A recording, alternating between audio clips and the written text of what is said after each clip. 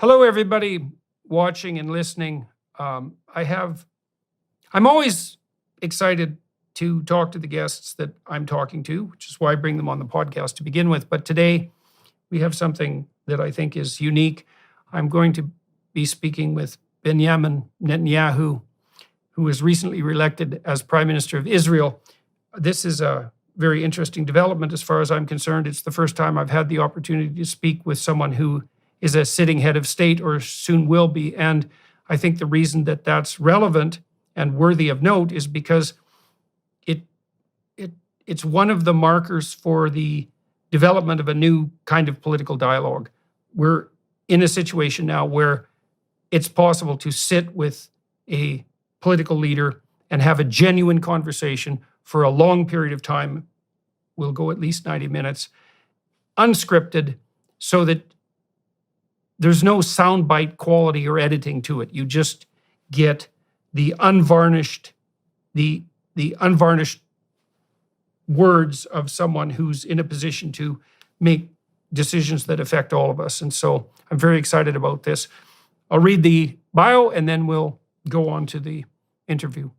Benjamin Netanyahu, as I said, was recently reelected as Prime Minister of Israel, having previously served in the office from 1996 to 1999 and 2009 to 2021. From 1967 to 1972, he served as a soldier and commander in Sayeret Matkal, an elite special forces unit of the Israel Defense Forces. A graduate of MIT, he served as Israel's ambassador to the UN from 84 to 88, before being elected to the Israeli parliament as a member of the Likud party in 1988. He has published 5 previous books on terrorism and Israel's quest for peace and security. He lives in Jerusalem with his wife, Sarah. In his newest book, Bibi, My Story, the newly re-elected prime minister tells the story of his family, his people, his path to leadership, and his unceasing commitment to defending his country and securing its future. Hello, Prime Minister Netanyahu. Thank you very much for agreeing to talk to me tonight. I've been reading your book, your new book, Bibi, My Story, and it weaves an interesting personal tale, familial tale, and political cultural tale all together. And there is one particular element of it I wanted to begin discussing with you that's, I think, of broad interest. One of the things I realized when I was reading was just how ignorant I am in some fundamental sense about the history of the development of the Jewish state of Israel. And I know that there's tremendous constant noise about issues as fundamental as Israel's right to exist even.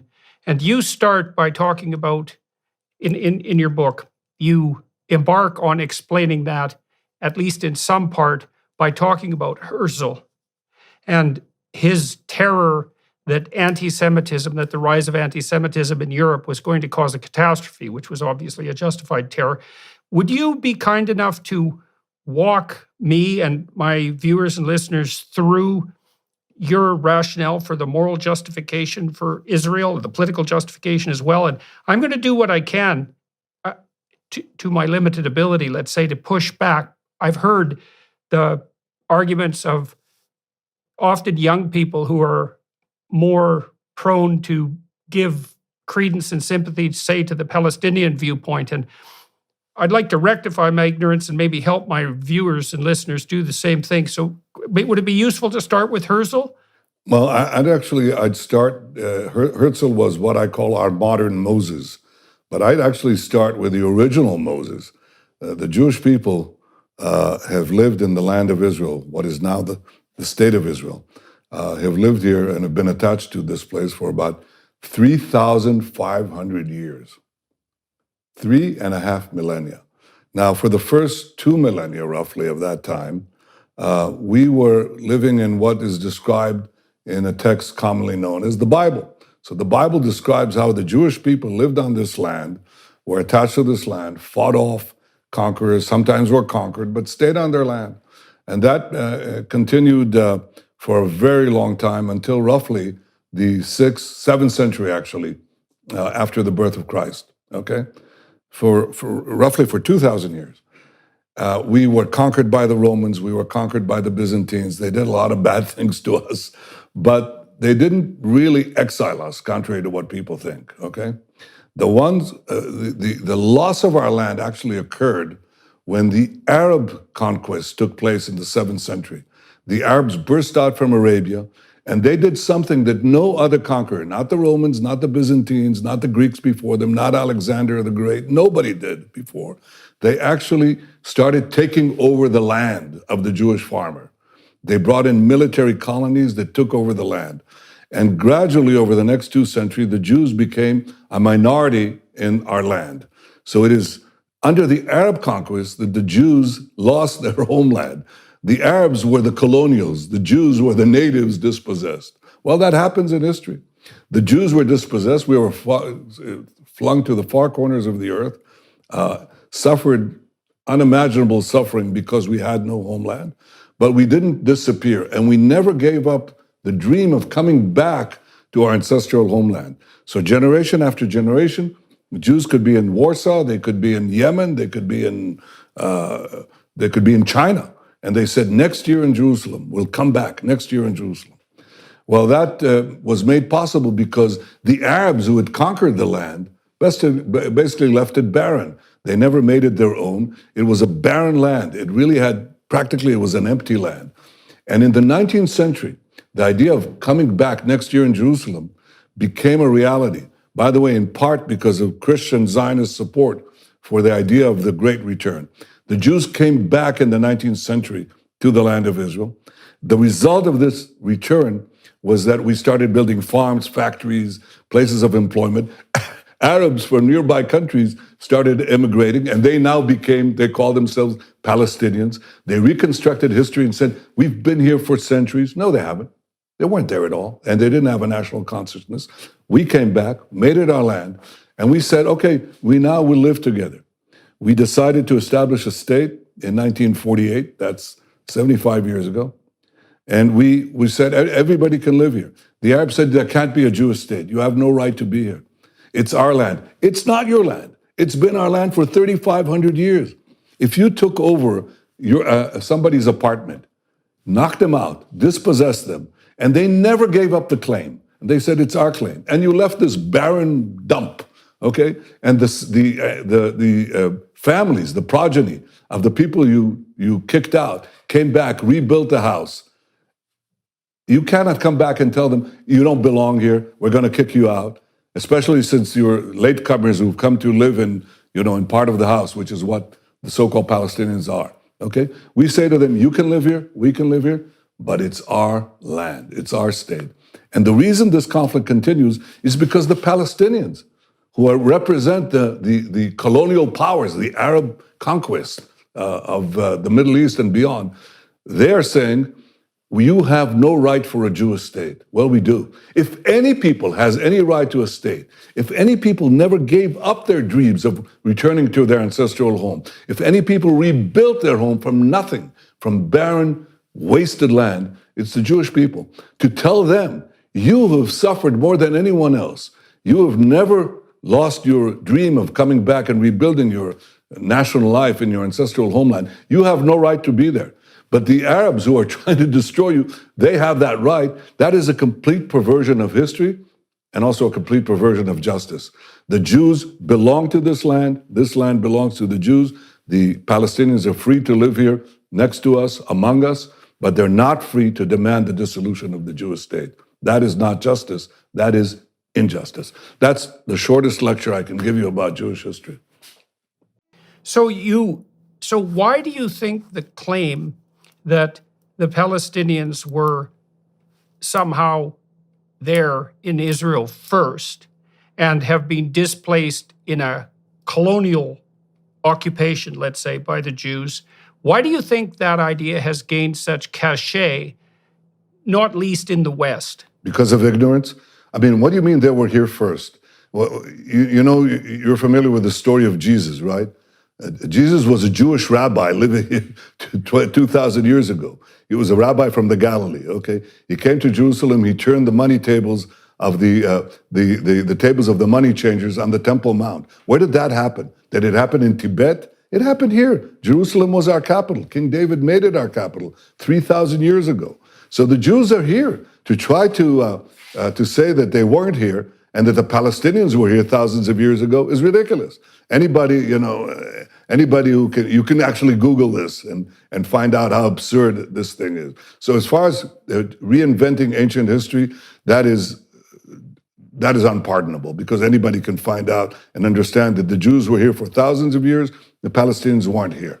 As far as modern times are concerned, what the Palestinians have said is, and I write this in my book, and I show it because it's so comical. What they say is, we were here, Palestine was a verdant land in the 19th century, teeming with the Palestinians, until the Jews came in, took it over and threw it out. Okay, well, that's what Arafat effectively said in his infamous speech in the United Nations, blaming Zionism, equating Zionism with racism. Well, there's only one problem with that. He said that the Jewish invasion of this verdant Palestinian homeland happened in 1881, okay? The problem with that is that 12 years before, a famous visitor, among hundreds of visitors, named Mark Twain, visited the Holy Land. And he describes a totally different picture.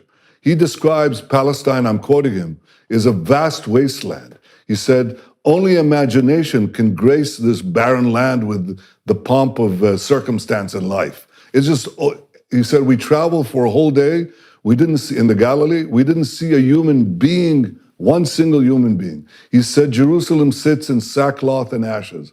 And as he was saying that, it's the Jewish return that began building the land. Well, perhaps one could argue, it's obvious that Mark Twain was not in the service of the Jewish state because it didn't exist. He wasn't in the service of the Jewish lobby because there wasn't any Jewish lobby. He was just reporting what was there. Could there possibly have been a tremendous influx of Palestinians between 1869 and 1881, the year that Arafat says the Jewish invasion began and destroyed the Palestinian paradise? Well, alas, no. Because in the year 1881, another famous visitor visits Israel, and he visits this land, and he writes also his memoirs, okay? His name was Arthur Penrhyn Stanley. He was a very famous courtier of Queen Victoria's court, okay? And he came here on a special visit. And he says, I looked south and I looked north. He says, I'm in Judea, and I see nothing. He says, a barren expanse. And they both express, both Twain and Arthur Penrhyn Stanley say the same thing. When will the Jews come back and bring this land to life? And the answer is right then. We came back, brought it back to life. There were Arabs living here, but it was, as I say, a barren wasteland. But Arabs began to immigrate naturally because we created a rise in the standard of living that attracted Arabs from neighboring states. Those Arabs are now the descendants of those Arabs who migrated as a result of the Jewish return. Many of them now are considered Palestinians. So what I'm saying, and I'm saying this to you, Jordan, and to your audience, there has been a complete fabrication of history. It's the biggest lie of the big lies that have permeated the 20th century and the 21st century, is to say that the Arabs were here before, that is, the Palestinians were here before the Jews, when we were here for thousands of years, that we are the colonials, when in fact it was the Arabs who were the colonials, who dispossessed the original natives, and that is the Jews, that we came back to this land that was laid barren by the Arab conquest, brought it back to life, and allowed Arab immigration, what we call now Palestinian immigration, to come back in. And now they say to us, in unimaginable chutzpah, they say, you don't belong here. They recreate ancient history, they recreate modern history, and this is a lot of hokum. It's ridiculous. It's absurd. Well, some of it also seems to be, I would say, technically speaking, something like a time frame problem, right? I mean, you said the Arabs came in the 7th century, and that's a long time ago. And so from the 7th century to now, you might think of that as being a time frame long enough to allow for a valid claim of sovereignty ownership.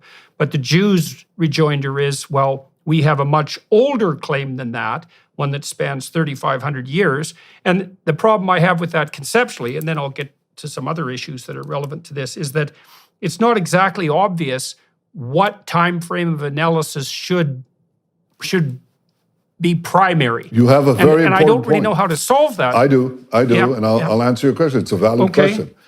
If the Arabs, having conquered the land in the 7th century and dispossessed the Jews over the next 2 centuries, the Jewish farmers kicked them out and so on, if they established a viable state, a viable national identity there and so on, you're right. You know, these things happen in history. You're supplanted by another people, fine. But that's not what happened.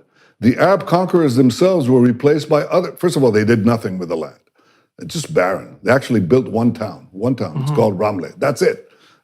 You know, hundreds and hundreds of Jewish biblical sites and hundreds and thousands of new sites that we built. The Arabs built one place, one town called Ramleh. That's it. So they did nothing with the land. Then they were replaced by other conquerors. Other conquerors came in. The Mamluks, the Ottomans, ultimately the British, a series of conquerors. In other words, they took over the land, lost the land, and did nothing with the land.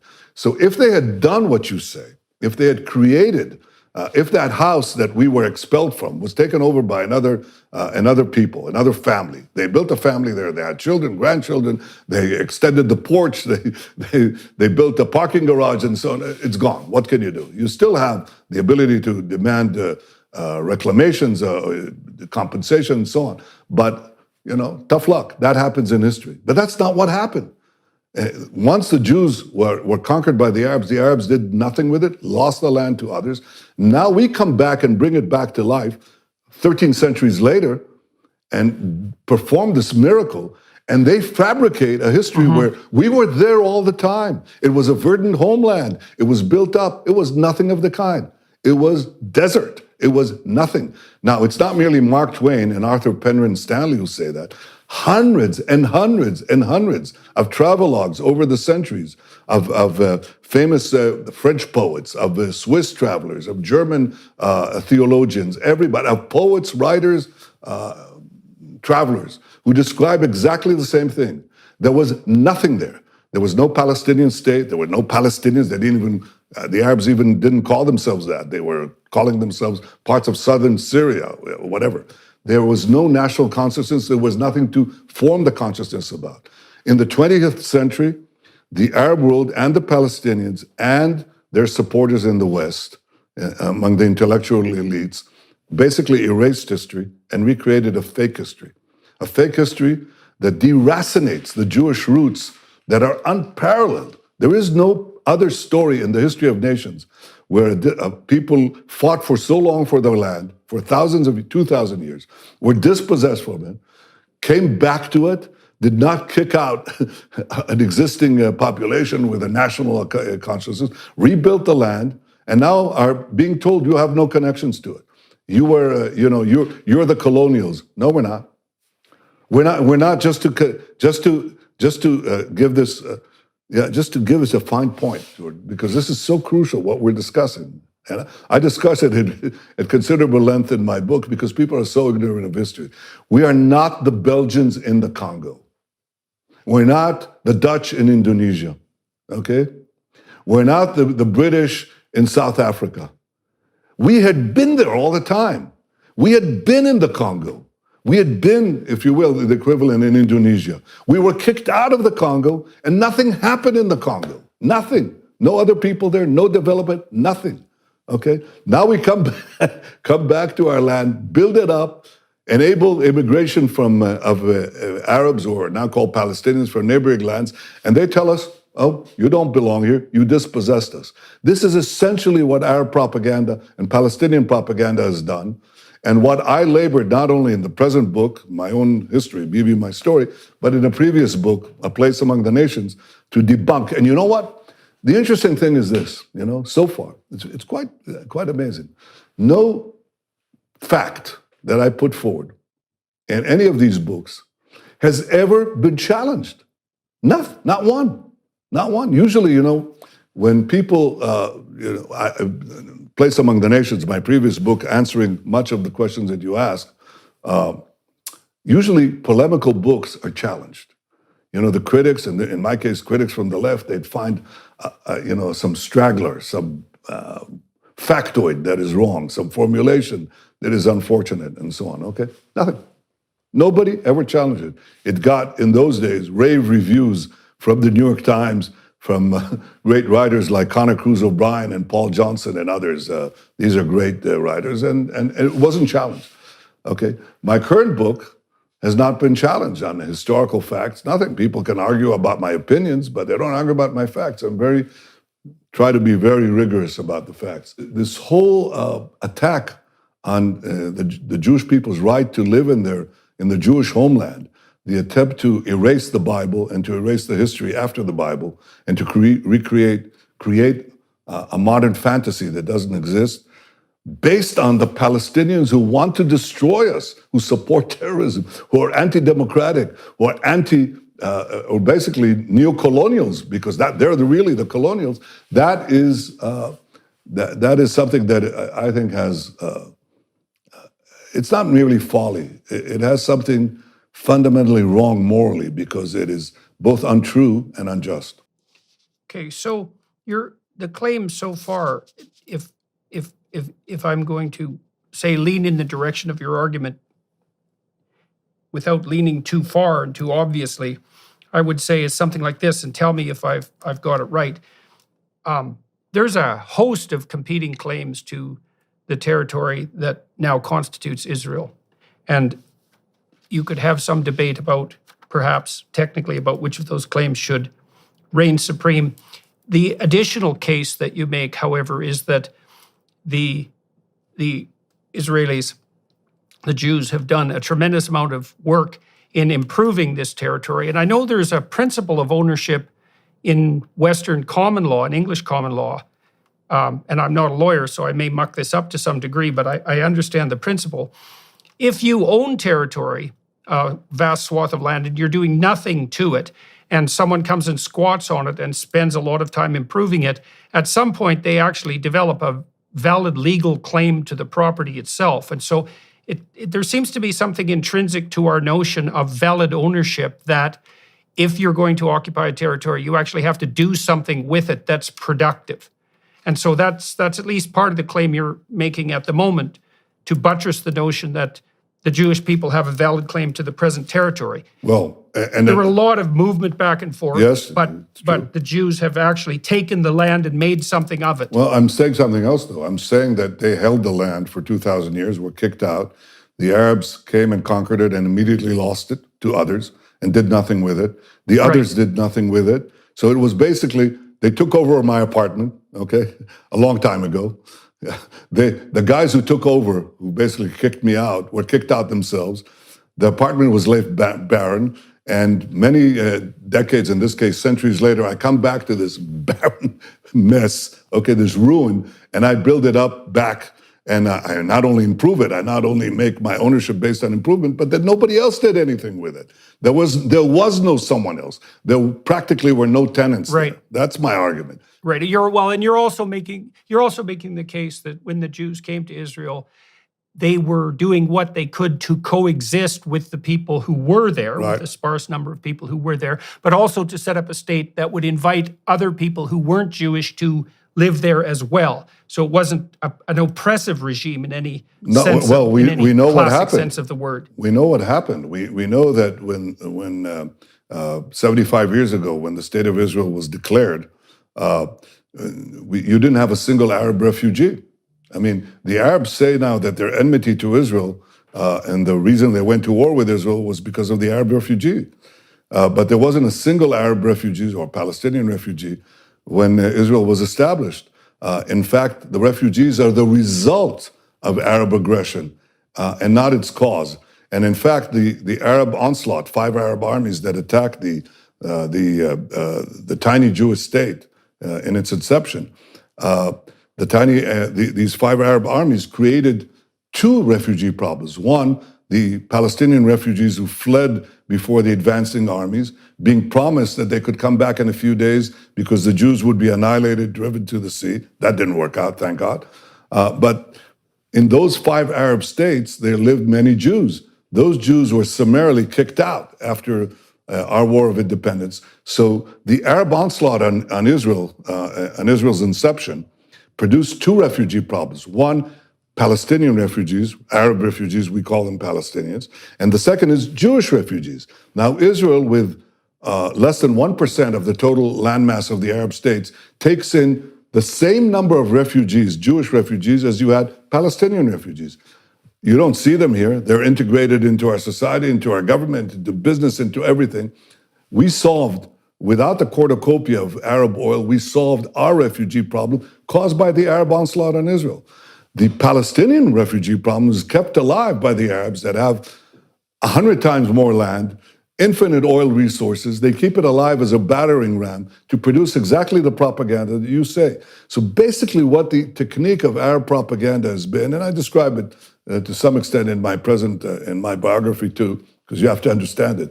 You have to see it to believe it, is to turn the results of Arab aggression against Israel into its cause. They first did that with the refugees when Israel was established. They then didn't accept Israel's right to exist, even though we were a tiny country. They tried to attack us again 19 years later and destroy us. That's called the 6-Day Wars. In 6 days, we pushed back the Arab countries and took over our ancestral lands of Judea, Samaria. And again, what the Arabs did is exactly the same thing. They said that our occupation, our so-called occupation of the heartland of the Jewish people, Judea and Samaria, that produced the war. No, that didn't produce the war. It was the result of their attempt, their second attempt to annihilate us. So this technique of reversing causality, that is, accusing Israel, basically turning the results of Arab aggression into its cause, is again one of these ways of creating the delegitimization of Israel. The reason we have not had peace with the Palestinians is not because of the Arab refugees. There weren't any when they attacked us. The reason is not the territories. We didn't control these territories. They were in Arab hands before the 6-Day War. All of these things are a result of the Arab aggression. And what is the cause of the Arab aggression? It's the persistent Arab refusal to accept a Jewish state in any boundary in our ancestral homeland. And if you remove that, you get peace. Now, how do we know that we get peace? Because this persistent Arab refusal has dissipated. It's dissipated over time. As the strength of Israel, as I describe in my book, as Israel becomes not merely a fact, but a permanent fact in the Middle East, so they know they can't get rid of it. So Arab countries begin to make peace with us. And I had the privilege, which I describe again in my book, of forging 4 Arab peace agreements, 4 peace agreements with Arab states, because that barrier, that obstacle of refusing to accept a Jewish state at any boundary has disappeared. Where does it persist? In the Palestinians, who are 1% to 2% of the entire Arab world, wagging it's the tail wagging the dog. Or they tried until recently. They were quite successful in wagging the dog. Palestinians, cling on to the fantasy of eliminating Israel, denying us our historical and present rights to live anywhere in this land, refusing to any kind of practical compromise, refusing to accept the declaration of Israel in the UN, the partition resolution. We did, they refused, refusing any kind of realistic negotiation for peace. What has happened, and here's what happened, Jordan. For the last quarter of a century, after the initial peace treaties with Egypt and Jordan, for 25 years we had no peace treaties with any Arab country because the elites, the foreign policy elites and the experts and the intellectuals explained, you cannot make peace with the rest of the Arab world unless you make peace first with the Palestinians. There's a problem there. Right. Well, you can't, because the Palestinians are not interested in peace with Israel. They're interested in the peace without Israel. They're not interested in a state next to Israel. They're interested in a state instead of Israel. So if you wait for the Palestinians, you'll wait another quarter of a century, another half century, another century. You're not going to get anywhere. I had to break that logjam, and I describe how I did that in my book. I had to go around the Palestinians, go to the United Arab Emirates, go Bahrain, Morocco, Sudan, and make peace with them. Why did they change their attitude towards Israel? They changed it because of the result, the growth of Israeli power. As Israel became more powerful technologically, we made a free market revolution that released the genius in our people. Israel became the innovation nation.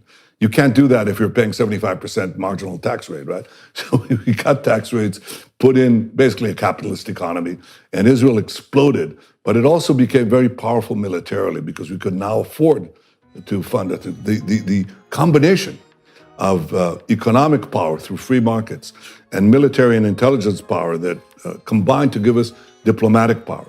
And with that, Arab leaders in the area began to see Israel not as their enemy, but as their indispensable ally against a force that was threatening both Israel and them, and that's Iran's aggression. And secondly, they saw the innovation nation that is Israel as a fount of tremendous technology that could better the lives of their people. And therefore we made these historic peace agreements in record time because now we were no longer bound by the Palestinian straitjacket that you're familiar with in Toronto and in New Zealand and so on. The Arab world is not there. Some of it is, but a lot of it is changing. And so my idea is, how do you solve the Palestinian problem? Anytime they want to truly sit down and negotiate, be my guest. I'll be happy to do that. And I've tried that in the past. But in reality, I took a different track. Instead of saying, first we'll solve the problem with the Palestinians, then we'll solve the problem with the Arab world, I actually reversed it. I said, let's go to the Arab world and let's get peace with the Arab world and then circle back to the Palestinians. If they're ready to come before, fine. But if not, let's get peace with 99% and then try to make peace with the 1%, as opposed to let's try the implacable 1% and wait until we get to the other 99%. That's a complete reversal of concept. It's still being challenged. You'll see some of the old guard still saying, no, we have to, we have to go to the Palestinians before we go to the Arab world, and we'll never get peace. So I want to divide this into two tracks now. I want to first of all investigate some of the history behind the willingness of other states to support the Jewish claim to a homeland in the Middle East, because I think that's quite interesting. And then I want to speak more about the Abraham Accords, which you discussed. So one of the things that fascinated me, well, historically, but also in your book, is your discussion of the Balfour Declaration. And so that's obviously before the utter catastrophe of the Holocaust and the catastrophes the Jewish people ran into in the middle of the 20th century. By the time of the Balfour Declaration, there was some sense, at least in Great Britain, that the claim that Herzl had put forward, for example, that the Jews and the world would benefit from a Jewish homeland in the Middle East, had some validity. So why do you think that developed? And then how do you think it extended? Because you got bipartisan support for the notion of a Jewish homeland from the Americans by 1944. And then, of course, there was the UN 1947 declaration. So it's not as if the Jews imposed this vision on the Middle East by themselves. There was support all over the world. And so could you walk us through how that support developed and why you think it developed? Yeah, it developed because in certainly in the 19th century, in the early 20th century, there was the propaganda that I've described, rewriting the history, had not taken root. And most educated people knew the history of the Bible, the history of the Jewish people, their dispossession, what they thought were the horrors that the Jews suffered in their exile and dispersion, which was nothing compared to what was going to come later in the Holocaust. But that was enough for them. And they basically knew that the land was practically empty and that, there were people there, but it was practically empty. And it made sense that both from a biblical prognostication for those who had a religious orientation and also a humanist view, that this evil of history, this injustice of history would be corrected, that this long-suffering people, the Jews who contributed so much to civilization and to history, and to morality, the idea of morality, it's the Ten Commandments, that became the code, the moral code of the world, and so many other things, the birth of Christianity, many of the ideas, the moral ideas that we have originated on these hills where I'm sitting in right now, in this tiny, dusty edge of Asia, where this tribe, strange tribe, lived here and talked about, the fact that people should not remain slaves, that there should be a law that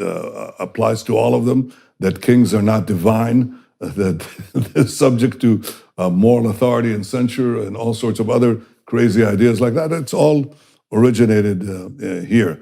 And so the educated leaders that met in World War I after the collapse of the Ottoman Empire, they had to decide, who gets what.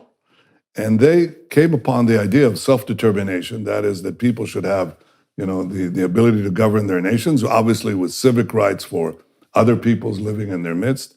And they concluded, knowing the history that I just described, that is so unknown today on college campuses and among so-called intellectuals who are anything but that, that the Jews deserved this right to rebuild their national life in their ancestral homeland. And that's how it developed. But the first one to actually bring it forward, you mentioned in the beginning of your comments, was Theodor Herzl. Theodor Herzl was a giant of history. He was a journalist. He was a Jewish journalist in the late 19th century. He was born in Hungary, but worked for a very prestigious paper in Vienna. When he was dispatched to Paris as a correspondent, he saw the infamous Dreyfus trial, where a Jewish officer in the French army was falsely accused, as it later turned out, of espionage and betrayal, and was sentenced to Devil's Island and other horrible things. And he said this: if this can happen to the Jews in the apex of Western civilization, then it could happen anywhere.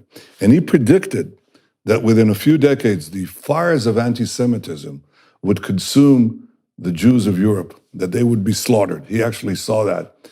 He wrote these things in 1900, roughly, and before. And of course, the Holocaust came less than half a century later. And he said there's only one solution for this. The solution is to have the Jews, the solution is not going to be to integrate the Jews in societies, because that's not going to work. The solution would not be to eliminate nationalism through communism and other cosmopolitan internationalism. That's not going to work either.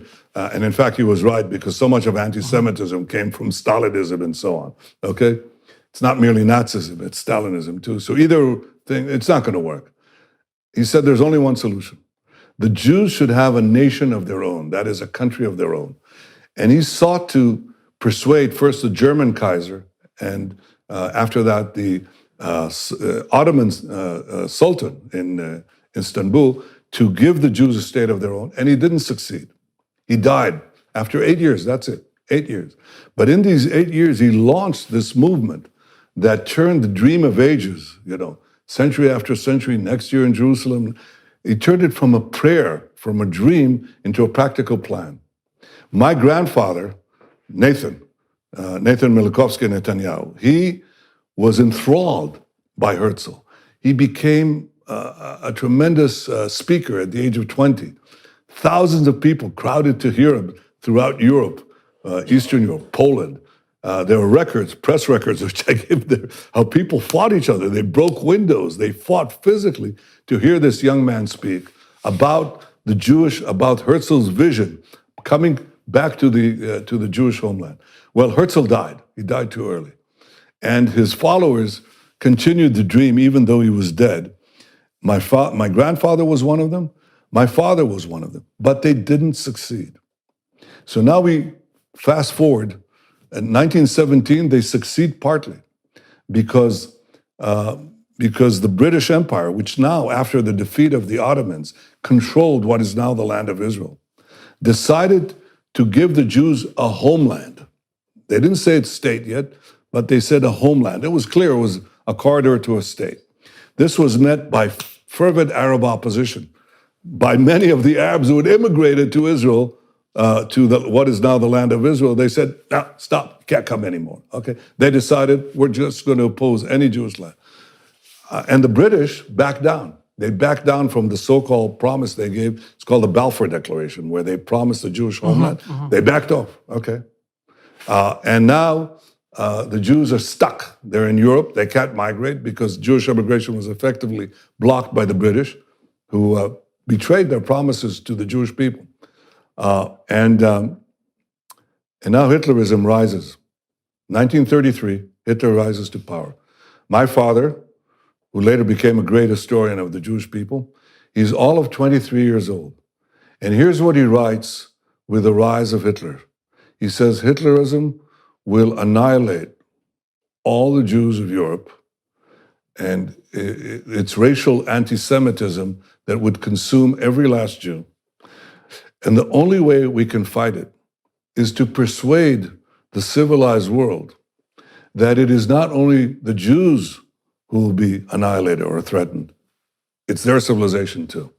This young Benjamin Netanyahu, 23 years old, writes in 1933, if more people had heeded what he wrote, then perhaps we would have avoided a tremendous catastrophe that occurred to my people, but also to the 60 million who lost their lives in World War II.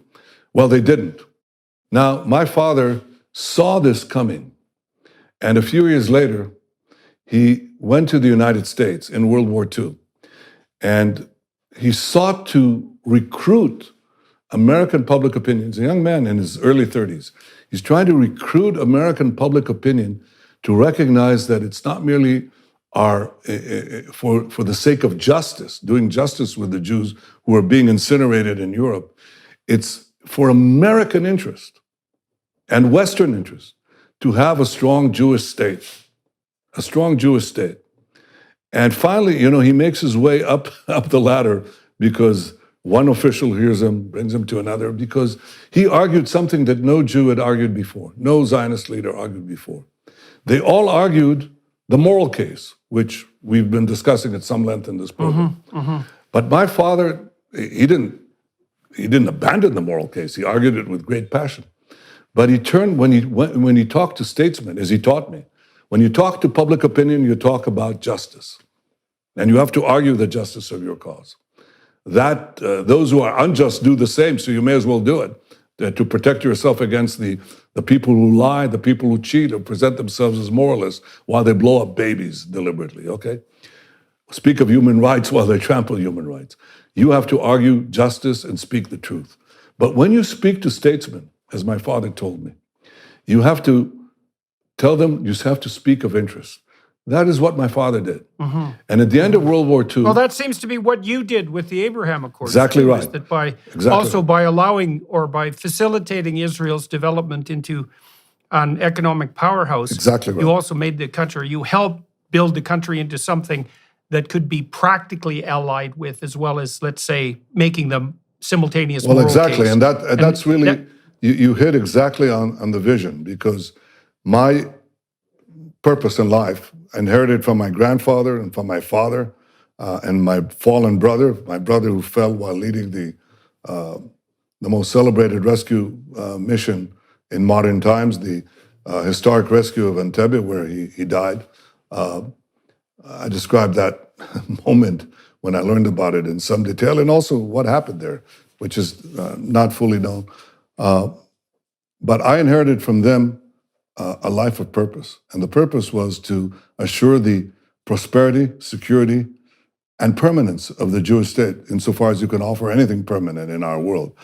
And to do that, I realized that Israel had to be not only to fend off the false claims that tried to deny its legitimacy as a state and our historic rights and our ancient homeland, but quite separate or complementing that is to make Israel very powerful.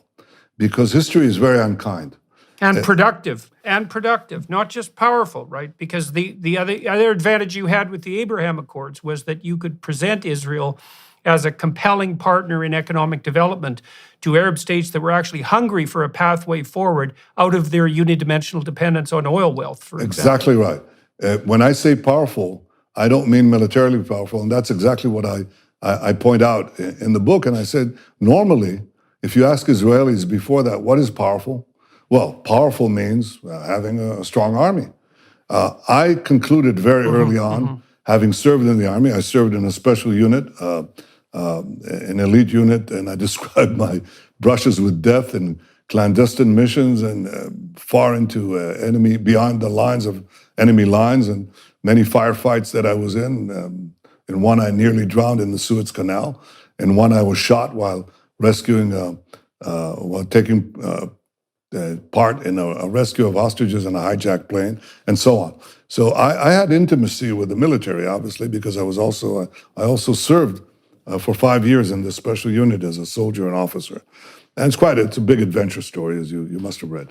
But I understood early on that to have military power, you have to pay for all these things. You have to pay for F-35 aircrafts. You have to pay for submarines, for tanks, for drones, for cyber, for intelligence, all very expensive. How are you going to pay for it? Oh, well, in Israel, semi-socialist Israel that I grew up in, it's very obvious. You tax the rich. Well, the problem with that is you don't have enough rich people, and they're all going to leave to other places with lower taxes.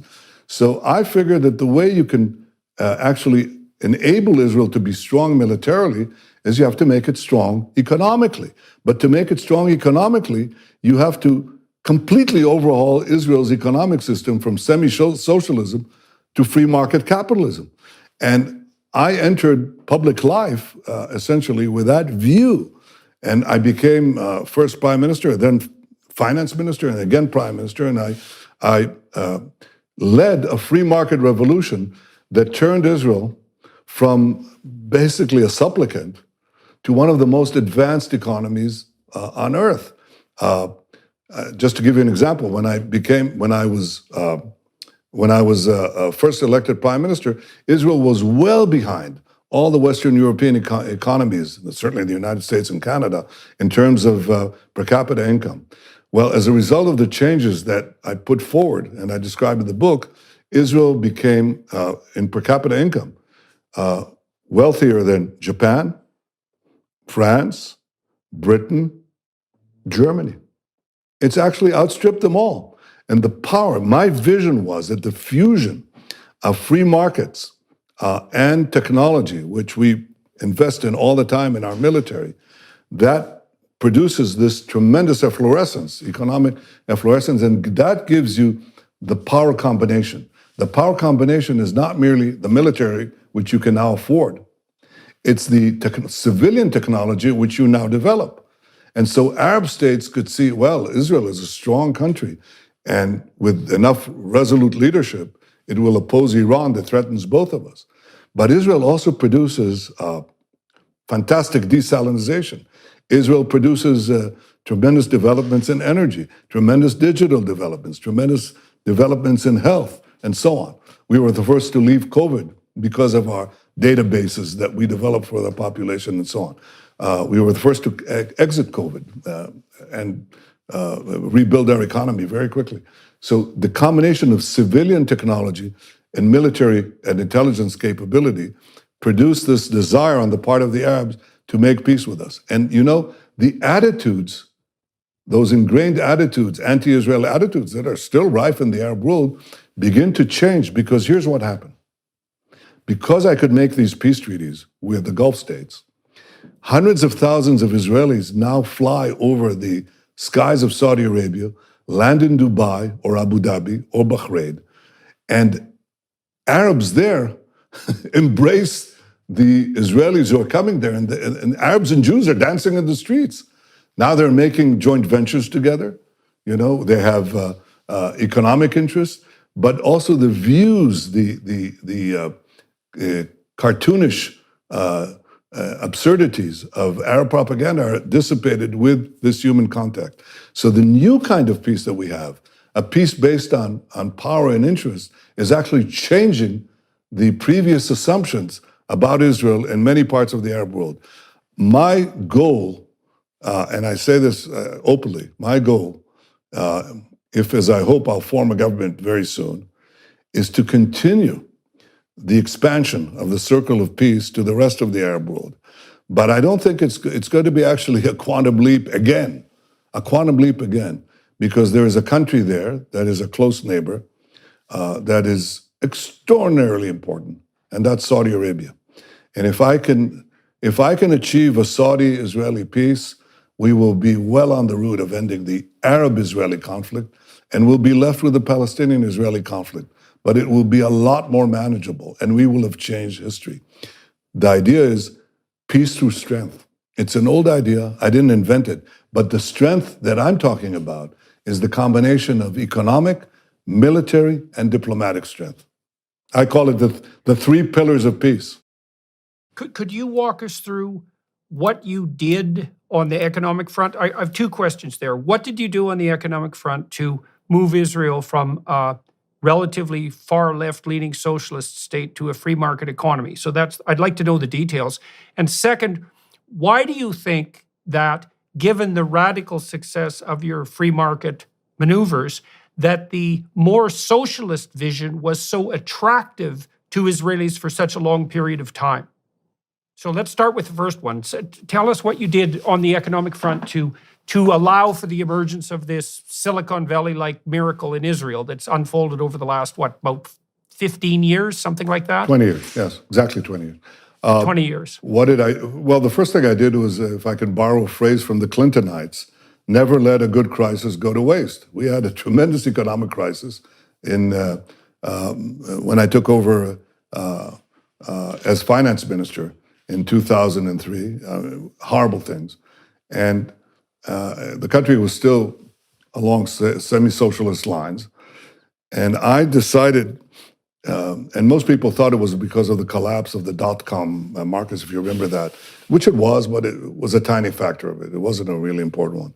Or they thought it was because we had terrorist attacks, which was also part of it. But I thought it was a structural problem. Why were we, before the dot-com collapse, before this or that explosion of terrorism, why were we, a gifted people, people with a pretty good educational system, how come we were trailing all the countries of Western Europe? And the idea was, well, education is enough. If we have good education, we'll get well. That's hogwash. I mean, the Soviet Union had tremendous education, and they had tremendous mathematicians, tremendous physicists, tremendous metallurgists. They were dirt poor.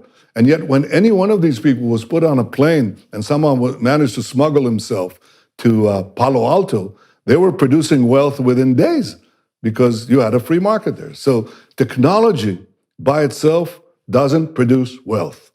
Free markets and technology, free markets do produce wealth, but free markets with technology produce unbelievable spurts of growth and wealth. And that was my vision for Israel. I had this crisis now, and I said, in a crisis, I could do imponderable things. I could do things which were never accepted. So what I did was, I spent, first of all, I was told by my advisors, having been prime minister before, and now being a prime minister in Sharon's government, they said, who was in his 70s, they said, look, if you want to be prime minister again, whatever you do, don't take on the finance ministry because you'll have to cut budgets, you'll have to do horrible things, and you'll never be prime minister again. And I said, well, what do I want to be prime minister for? It's to push back the Iranian threat, including their quest for nuclear weapons, and to liberate the Israeli marketplace, so the Israeli economy. So if I achieve at least one of those goals, that's a pretty good thing. They said, okay, but remember, you'll never be prime minister again. This is 20 years ago, okay? I became finance minister, used the crisis. After 3 weeks of working 20-hour days, I put forward my vision to Israel, which answers your question. I said, I fell back on a vision because people were living, exactly as you say, in semi-socialist Israel. They were awash with false economics, basically saying, divide the pie, don't increase the pie, okay? That was basically what they all grew up with, and unless you get mugged by reality, it's very hard to change it. But we were being mugged by economic reality again and again and again, and we didn't change it. Now comes my opportunity. 3 weeks into my taking up the finance ministry, I give a press conference. And I fell back on my first day in the military, in basic training. It's a long line. The company's put in a long line on a big square, and the commander points to me and he says, "You, Netanyahu, look to your right. Put the man on your right on your shoulder." I did. He then looks at the next guy, puts the guy on his right on his shoulder, and so on. Well, I had a pretty big guy on my shoulders because the commander blows the whistle. Barely took a few steps together. This is a race. It's called the elephant race. The guy at the bottom is the elephant. The guy at the top rides the elephant. The next guy was the smallest guy in the platoon in the company, and he had the biggest guy on his shoulder. He collapsed on the spot. The third guy was a big guy, and he had a relatively small guy, and he shot off like a rocket and took the race. And I said to the Israeli public, all national economies are pairs of a private sector, of a public sector sitting on the shoulders of a private sector. The private sector is the one that produces the wealth, or most of it, okay? The added value in the economy. And in our case, the public sector became too big and we were about to collapse. We were about to collapse like the guy next to me. So here's what we're going to do. We're going to put the fat man, this became known as the fat man, thin man example, and taxi cab drivers and comics spoke about it. It actually went into the Israeli cycle. If you ask people now in Israel, fat man, thin man, they know what I'm talking about. The fat man at the top, okay, we're going to put on a strict diet. Very hard to do politically. You're going to cut government budgets, okay? And the thin man at the bottom, we're going to put a lot of lungs, a lot of oxygen in his lungs. And what is oxygen? Well, many things. But number one, number two, and number three is low taxes, low taxes, low taxes, because that's why people risk, that's why they work. That's why, because they don't want to pay it to the fat man at the top. They want to have it themselves. And once we have that, we have to, the guy can race forward, right?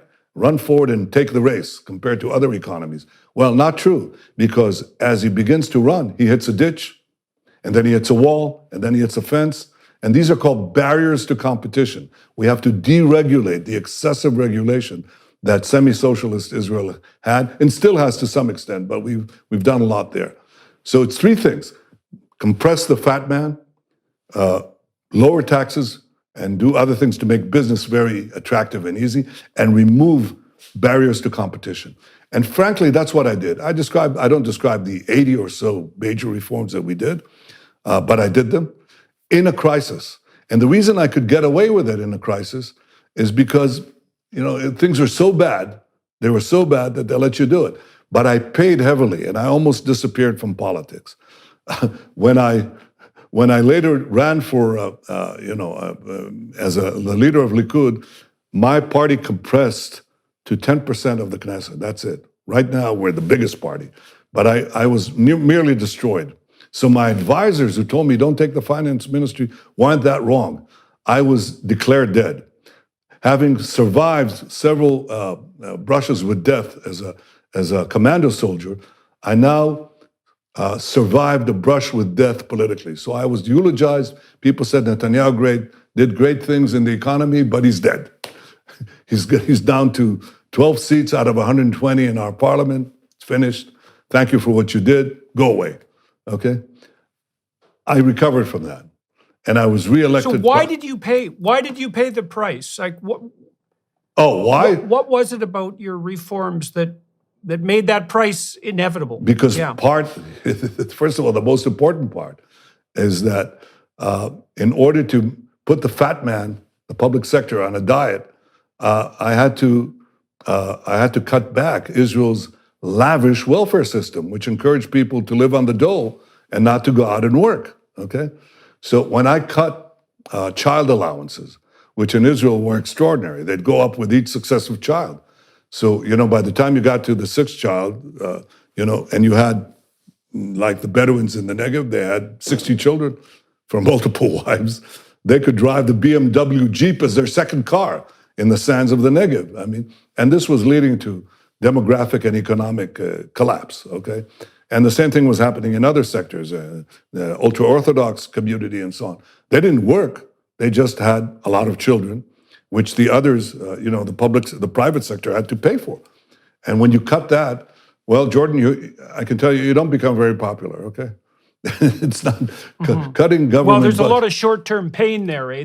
There's short-term immediate pain that's concrete for a lot of people when you cut. And if the benefits only kick in the medium to long term, then you have a well, then you have obviously a problem of emotion. Well, I'd The liken cost it is to. up front and the benefits later. You're absolutely right, and you have to be prepared for that. That's what leaders do. If you want to lead, you have to have a purpose, and your purpose has to be beyond yourself, and you have to be ready to shed political blood, your own. You have to be ready. Otherwise, you can't lead. Otherwise, it's meaningless. You're always looking at the polls. You're always looking. Do you have a vision of what to do? I had a clear vision, and I wanted to make Israel a power among the nations, and the things. And I paid for it, and I nearly died politically. In fact, I was eulogized twice because you got to realize that I checked. Somebody showed me the statistics the other day. So I'm the longest-serving prime minister of Israel, 15 years, and in a year. If I, as I anticipated, will form a government in a few days, in a year's time, I will be the longest-serving leader of a democratic country in the last half century. But I'm already beating the odds in a different way, because a lot of people came back once from political death. That's happened. Winston Churchill is an example. Yitzhak Rabin of Israel, the late Yitzhak Rabin was another example, and you can find them in other places. Not that often, but you can find them. But the last time somebody came back twice, to do a comeback twice, was 75 years ago, 3/4 of a century ago.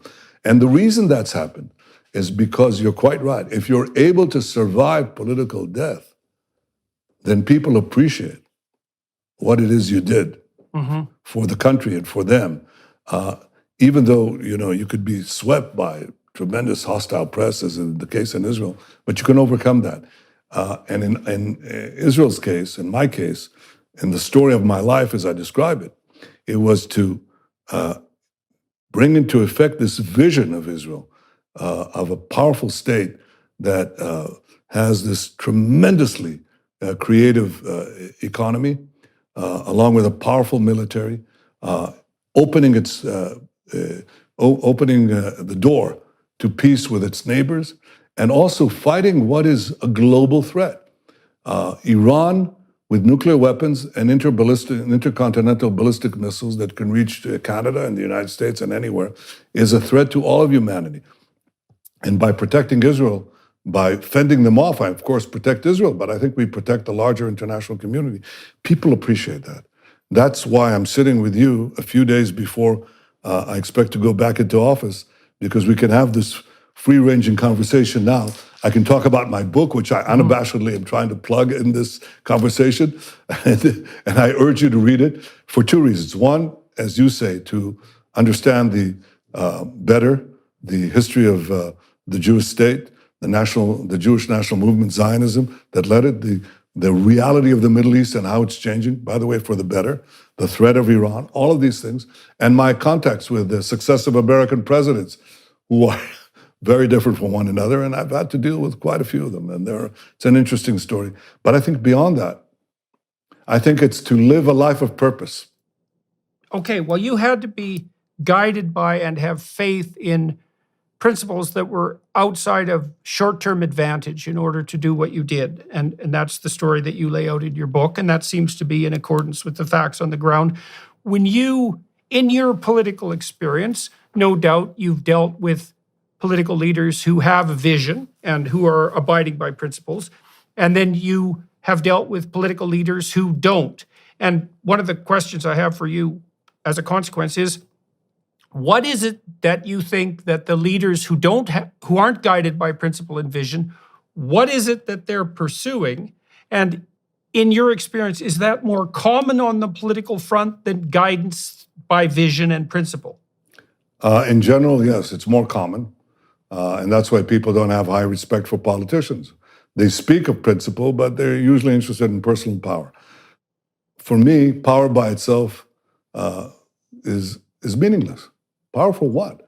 I mean, I can make a better living outside. Well, that's what I'm asking. Yeah. Well, that's exactly what I'm asking. I don't understand the drive for power, so to speak, or authority or influence outside of the realm of guiding principle, because it like if it's just a shallow hedonism, let's say, or a desire for acclaim, I would think also there's easier and more productive ways of pursuing that. I certainly agree with you you're right, because Israeli politics isn't exactly a walk in the woods. I mean, or a rose garden. It's very cruel.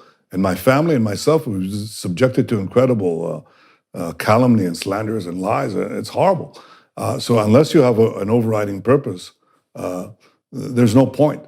To come back twice from political death, to have been eulogized, usually unfavorably, doesn't. You don't come back for the perks of power, which are absurd anyway. I mean, anybody who can earn a living will do better than what heads of state get in the Western world. They're forced into It's nothing. I mean, believe me, you get better accommodations when you're in the private sector. So that's not the reason. For me, Right. as I said, I've lived a life of purpose to revamp, to assure Israel's permanence. My father and my grandfather worked very hard, labored very hard to assure that the Jewish people would come back, would have a state. And I worked very hard to assure that they'd keep a state and that state would become a power among the nations.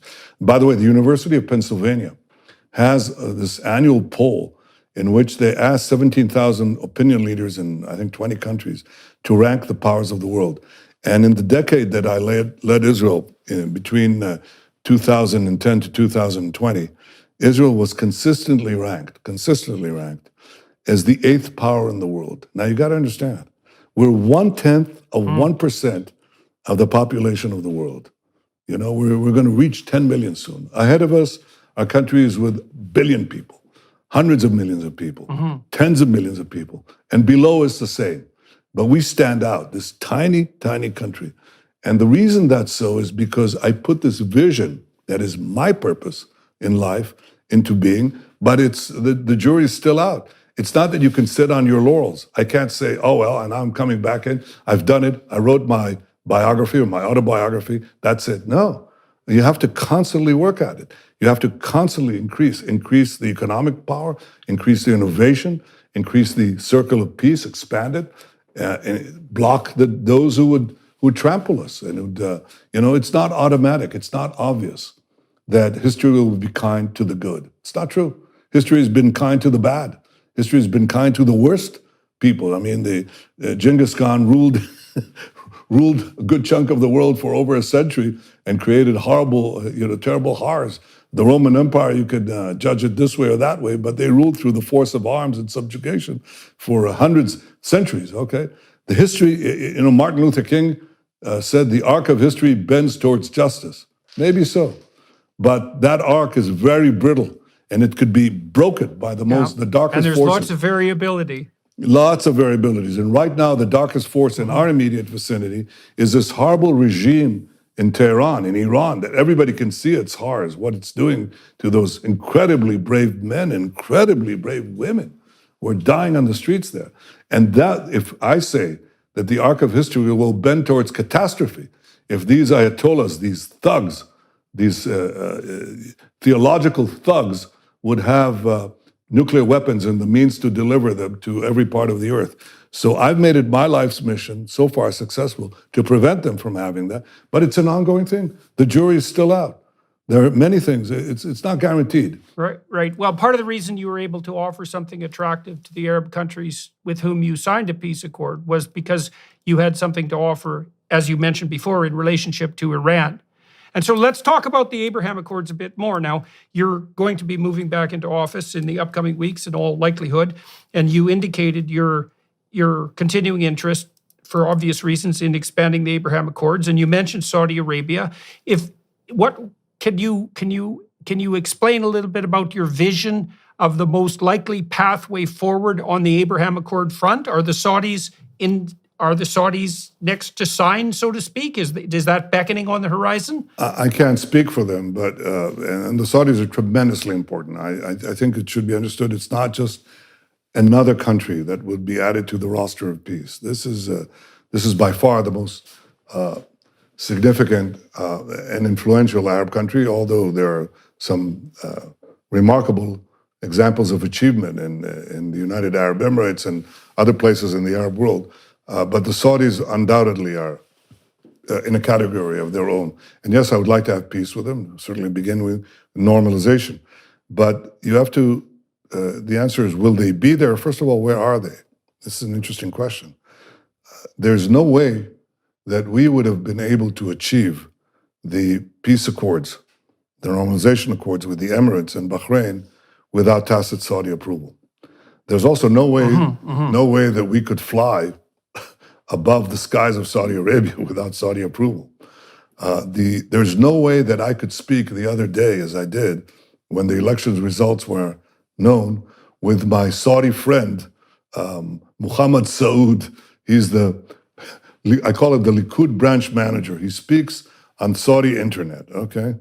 And he congratulates me. And he says, Bibi, we're for you. He speaks Hebrew, by the way. We're for you. He visited Israel. There's no way that this is done without approval. Why did this change take place? And that could be an indication of where we go from here. The quantum leap in our relations with the Gulf states took place in 2015 when President Obama, when the a joint session of Congress invited me to speak before it on the impending nuclear deal that President Obama was going to sign with Iran.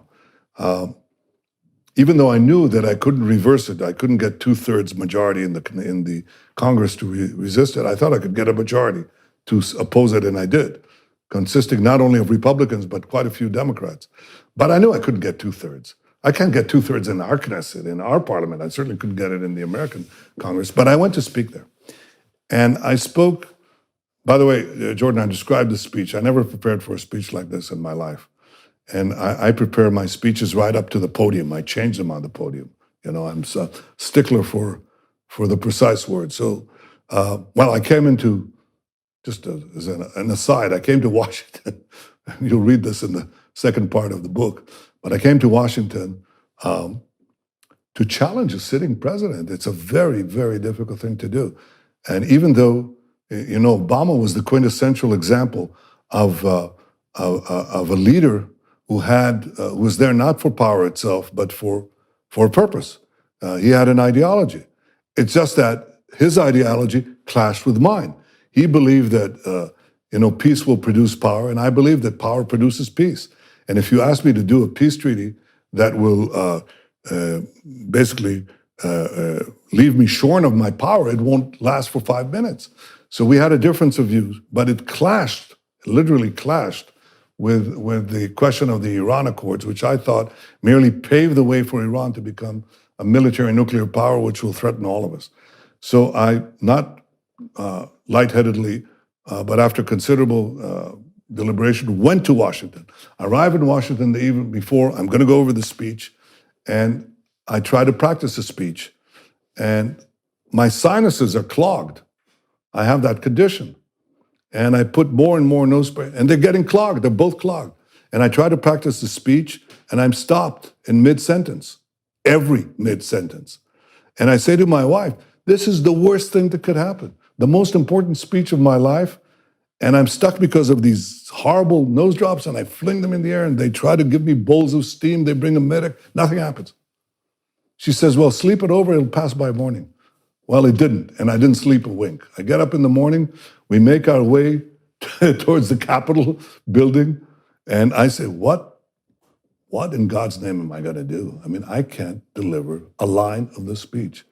And as we see the steps of the Capitol, lo and behold, like a biblical miracle, the sinuses cleared, the waters recede. Okay, and I go in and I give the speech, which was very well received, very well received. And here's what happened, and this is the relationship to Abraham Accords. As I'm giving the speech in a joint session of Congress, my delegation receives calls in real time from these Arab states, some of them, and they say, we can't believe what your prime minister is doing. He's challenging a sitting American president, the most powerful man in the world. That led to clandestine meetings between me and these Arab leaders, and I won't itemize where. They were in the Gulf, they were in the Red Sea, they were on a yacht. I landed in a helicopter on a yacht, if you can believe it. My security people said, that's too dangerous. I said, skip it, we're doing it.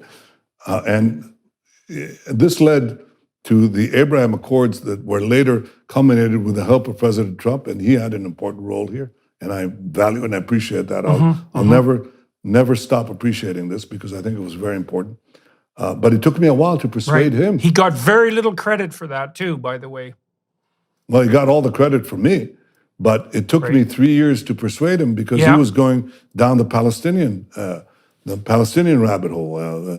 Ron Dermer, my ambassador to Washington, tried to say the difference between, he said, look, he said, getting a peace treaty with, I'm not a golf player, so he said, getting a peace treaty with the United Arab Emirates is a 15-foot putt. Getting peace treaty with Saudi Arabia is a 30-foot putt. Getting a peace treaty with the Palestinians is a 150-foot putt through a brick wall. So it took me about three years to persuade the president. What I said to him, and I also described this in my book, I say in the very first meeting I had with Trump in the White House as president, I said to him, Donald, there are 4 peace treaties waiting to be plucked, ripe, plums ready to be plucked off the tree. And I itemized the country. And I suggested that he bring an aircraft carrier to the Red Sea and invite me and these Arab leaders there to discuss Iran's security. I said that will produce peace treaties right off the bat. And he didn't buy it. He thought I was trying to evade the Palestinian track. And I said, okay, we'll try the Palestinian track. And we worked on that. And of course, we produced a template, which I think is very productive. But the Palestinians wouldn't come. Just as Arafat couldn't make peace any more than he could fly to the moon, the present leadership can't do it because they'd have to give up what is really guiding the Palestinian national movement, which is not to build a state, but to destroy one, the Jewish state. So that didn't go anywhere. And so we tried the other track, the track of peace through strength, the path of peace, the peace for economy, peace for other things, and boom, it exploded. Now, will Saudi Arabia be next? It's up to them, of course. But I think that this will be a worthwhile goal for me, I believe for the entire world, and I believe for the leaders of Saudi Arabia. It could be a tremendous, tremendous change. So why do you think the Biden administration hasn't jumped on the Saudi Arabia opportunity, especially given that the Biden administration and the Americans in general would have benefited from closer relations with the Saudis, given the current state of energy, what would you say, uncertainty that plagues the United States and the rest of the world? I mean, it just seemed to me that was low-hanging fruit that was just ready to be plucked, because I knew that the Saudis, for example, were on board, at least tacitly behind the scenes, in relation to the Abraham Accords. And it seems obvious beyond belief that a Saudi-Israel peace accord would be of benefit, obviously, not only to the Saudis and the Israelis, but to everyone in the world, especially given the threat of Iran. So I don't understand why this process has been stalled. And so what are your feelings about that? Well, probably for 2 reasons. Of course, I'll have an opportunity to speak to President Biden, who's been a longtime friend. 40 years we've known each other since we were both young men. I came to Washington as a diplomat, young diplomat, and he came as a young senator. So I definitely intend to take it up with him. I think there are 2 schools of thought that push back this obvious opportunity that you described. The first is the Palestinian straitjacket that says, and it still lingers among the foreign policy elites. I mean, they've been at it for decades. They can't let it go. They say, well, no, you have to. Right. Peace means peace with the Palestinians. Peace in the Middle East is not in the Middle East. It's peace in this tiny part of the Middle East between Israel and the Palestinians. But peace with the entire Arab world, that's not peace. Or you can't get to it before you get through the 150-foot putt through the iron wall, which means you'll never get to it. Right. So that's the lingering thing among the foreign policy elites. May be changing because the Abraham Accords sort of started shaking people up to see that there are other opportunities, broader opportunities for peace than they ever imagined. The second reason is that for Saudi Arabia, I think, making that transition requires continually habituating Saudi public opinion, but also conforming to the broader Saudi interests. There are two interests that Saudi Arabia has. It wants to modernize Saudi Arabia. There's no question that the current leader, Mohammed bin Salman, wants to modernize Saudi Arabia, propel it to be an advanced country. Doesn't mean democratic country, not in the way that we think, but look at the United Arab Emirates, or look at Singapore for that matter. They're not exactly European-style, Luxembourg-style democracies, okay? But they have degrees of freedom in the economy and the life of the people that is obviously very different from what you have in Iraq or Syria. It's a different thing altogether, okay? So I'm sure that they want to go there, but that he would want to go there. But for the Saudi leadership to go there, they would have to, I think, be assured that their national interests, and especially their national security interests, are protected. And that requires a certain flexibility on the part of those who want them to take this move. I'm talking about the United States. So it may be that there's a lot more to discuss. I'm loath to be more specific. I obviously have given this some thought, and I'd like to have a go at it, obviously, very soon. I hope.